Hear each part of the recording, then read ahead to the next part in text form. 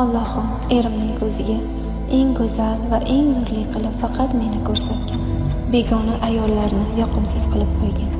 Turmush o'rtog'imni o'zingga omonat qilib topshirdim. Ishlarini rivojini ber va barakatli qilgin. Amin.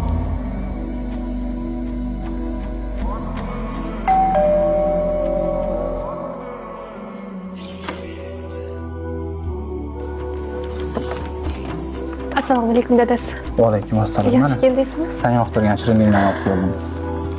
Buncha zo'r. Rahmat. Jonim, ko'zimni quvonchi, baxtim.